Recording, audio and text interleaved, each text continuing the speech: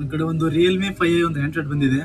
ಇದರಲ್ಲಿ ಡಿಸ್ಪ್ಲೇನು ಬರ್ತಾ ಇಲ್ಲ, ಸಾರಿ ಲೈಟಿಂಗು ಬರ್ತಾ ಇಲ್ಲ, ಗ್ರಾಫಿಕ್ಸ್ ಬರ್ತಾ ಇಲ್ಲ. ಕಸ್ಟಮರು ಇದನ್ನ ಡ್ರಾಪ್ ಡೌನ್ ತೆಳಗೆ ಬಿದ್ದಿದೆ ಅಂತ ಹೇಳಿದ್ದಾರೆ. ಚೆಕ್ ಮಾಡೋಣ, ಸ್ಟೆಪ್ ಬೈ ಸ್ಟೆಪ್ ಚೆಕ್ ಮಾಡಿ ರಿಪೇರ್ ಮಾಡೋಣ.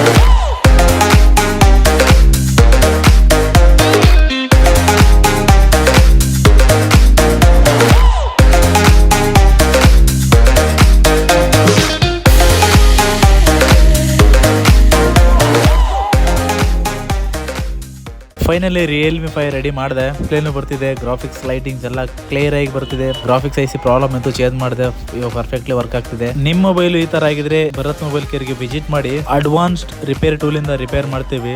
ಯಾವುದೇ ತರ ಸೈಡ್ ಎಫೆಕ್ಟ್ ಇರಲ್ಲ ಮೊಬೈಲ್ಸ್ಗೆ. ವಿತ್ ಒರಿಜಿನಲ್ ಸ್ಪೇರ್ ಪಾರ್ಟ್ಸ್ ಹಾಕೊಡ್ತೀವಿ, ನೀಟ್ ಅಂಡ್ ಕ್ಲೀನ್ ಆಗಿ ಮಾಡ್ಕೊಡ್ತೀವಿ. ಡಿಸ್ಕೌಂಟ್ ಬೇಕಂದ್ರೆ ಇನ್ಸ್ಟಾ ಪೇಜ್ ನ ಫಾಲೋ ಮಾಡ್ಕೊಂಡ್ ಬಂದ್ರೆ ಡಿಸ್ಕೌಂಟ್ ಕೊಡ್ತೀವಿ. Thank you. ಜನರನ್ನ ಜಾಗೃತರನ್ನಾಗಿ ಮಾಡೋದು ಅದೇ ನಮ್ಮ ಉದ್ದೇಶ.